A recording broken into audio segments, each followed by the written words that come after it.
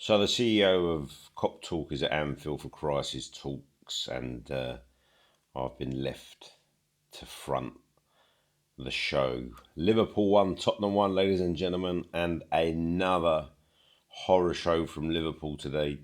The guy's got to go. I've been saying it for months. The other bloke reckons he's okay, and he was telling us that Galatasaray, we played well and, saw good things. Well, I'll tell you something, I've seen fuck all from Liverpool for weeks now, months. Before Christmas, this has been going wrong, and the bloke's genuinely, yeah, he's lost. He's absolutely lost. I mean, your best player this season sacrificed today at right back. For what reason? Canate's on the bench. Gomez comes in at centre back. Gomez can play right back. Curtis Jones can play right back. Frimpong can play right back. No, I know what I'll do. I'll play my best midfielder at right back today. I mean, the bloke's a fucking idiot. I mean, he's single-handedly turning this season into a disaster. I mean, a shocking defence of the title, and I'm lost for words. I mean, Szoboszlai comes on at the end and speaks and says, if we carry on like this, we won't make the Conference League, and I want to play Champions League. And I'll tell you something: if we're going to be in the Champions League next year, this man has to go, and he has to go now, because this bloke's not going to get Champions League football. It's just not going to happen. I don't know if the players have thrown him under the bus, but there's multiple things wrong at the moment, and I worry about Galatasaray on Wednesday. We'll come to that in a minute, but today, I mean, it's bad everywhere. Andy Robertson, everyone says, oh, he has served the club well. It was shocking today. The deliveries, the everything poor. Van Dijk. We've got to the stage now where Van Dijk. Look, we're not going to slag Van Dijk off at Liverpool, but he's been very, very poor this season in quite a few games, and just it's okay because it's Van Dijk. No, it's not okay. It's not okay at all. Go back to the Mark Gay thing in the summer. We needed another centre back. We bought Leone, obviously got injured, but there's no one else there. What's happened to the competition in this side? What has happened to competition for places? I go to Gravenberch. For me, most of this season, Gravenberch has been a 6 out of 10 every single game. Nothing more, nothing special, no control, just existing. And then the odd assist or odd good tackle, and everyone thinks, oh, fucking hell, brilliant. No, Zubimendi at Arsenal is brilliant. Yeah, Declan Rice at Arsenal, I know I'm going to get a little bit of stick for this, is brilliant. All right, just existing's not good enough. McAllister, just existing, not good enough. Okay, Gapco, just existing, not good enough. Where's the pressure from outside? Curtis Jones, been at Liverpool all his life, and the bloke can't even break into the team. He should be the fucking captain of the team, driving us forward. Doesn't even get into the team. So, big problems at Liverpool. Genuinely, as I said, from last season, I think the effect of Klopp from 9-10 years of being the manager there was still intact even last season, although he wasn't there. And slowly, the fire's faded, and we're left with the dust now. And matey boy, can't deal with it. This is his team now. These are his selections. The brand of football that Klopp left has been diluted, evaporated. There's nothing of that there anymore. And what we're seeing today is typical slot football. I can't fucking wait for the game to finish. That's what it's got to. I'm looking at the clock thinking, fucking hell, I've got another 3 minutes of this yet. Where's the on the edge of your seat wow football? None of it. None of it. Where's the coaching? Today, Verts 2, 3 times into the box. Coutinho style, Mane style, the old Salah style, take the man on, get the shot off. No, he's in the box. He's waiting for Ngamoa to go on his outside to roll him a 3 yard pass to get across into the box to do fuck all with it.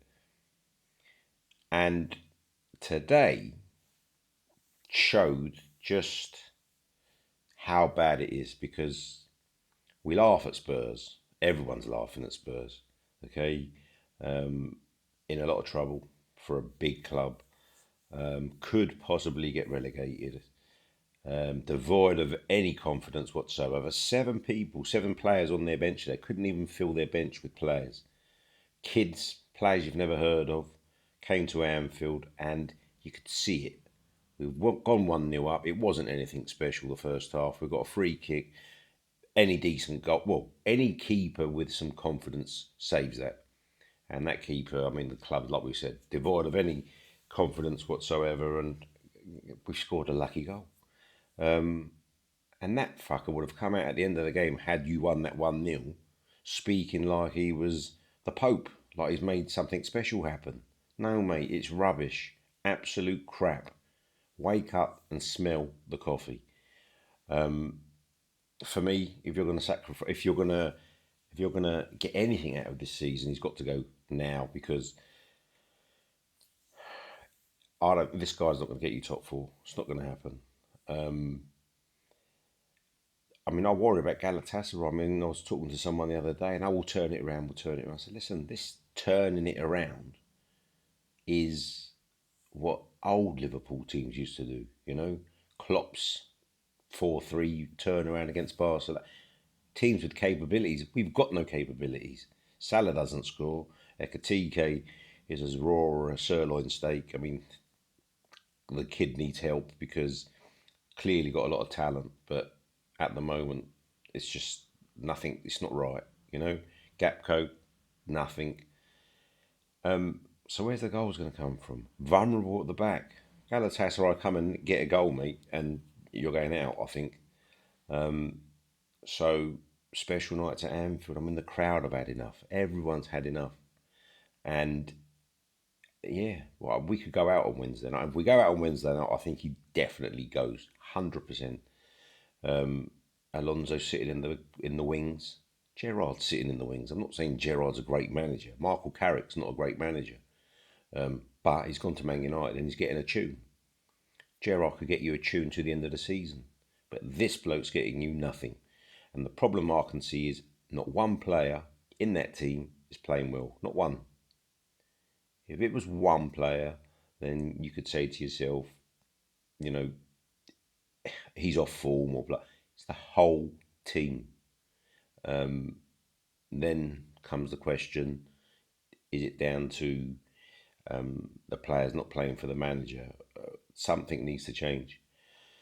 And just nothing really. I mean, dropping Ekatike today. What for?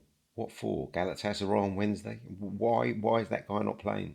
Salah's not been playing well. Ekatike's your only forward.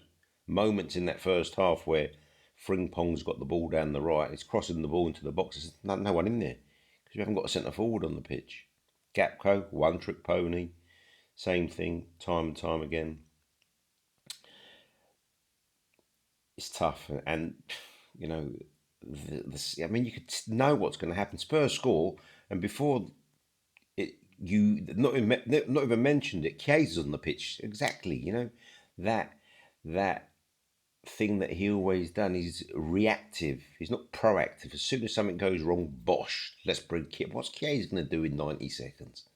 You know what I mean? It's tough, and today proved where we're at. If you can't not beat Spurs, you could have won that game 1-0 in another 2 minutes. I don't accept winning games of football in that manner. I don't like winning games of football in that manner. I want to see my team playing football. I want to enjoy watching the game. I want to see movement, triangles, shots, chances.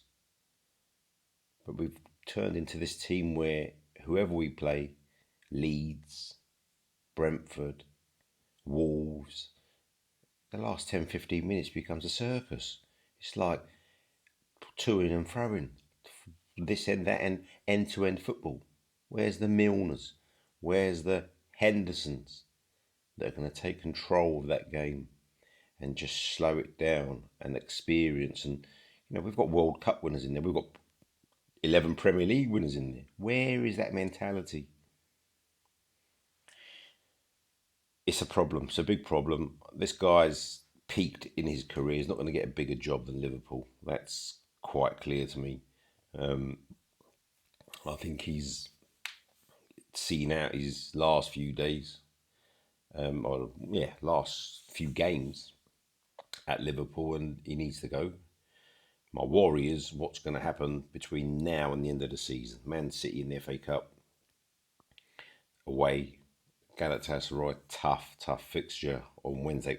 I mean, listen to us. Tough fixture, Galatasaray at home. Tough fixture, Spurs at home. This is the traits that we're normalising these things. So for me, I mean, I've had enough of it. I can't watch it anymore. I don't like it anymore. And I said before Christmas, we've bought a lot of talent for a lot of money. This guy can't develop these players. It's quite obvious. His backroom staff, Van Bronckhorst, and whoever the old boy that sits next to him, he's like a bloody milkman, the bloke that sits next to him. Who are they? What are they? But they cannot develop these players to take them to the next level. Ekatike, Wirtz, Kirkes, Ngamoa, Isaac. These players need proper coaches, proper managers, and the club are in danger of destroying these players, and their equity is going to go down the swanning because the players they spent £100 million on are going to be worth about 30 or 40 million quid at this level. So big problems. Quite bizarre how we've actually got here, but today really proved just how poor we've become, how difficult this season has become.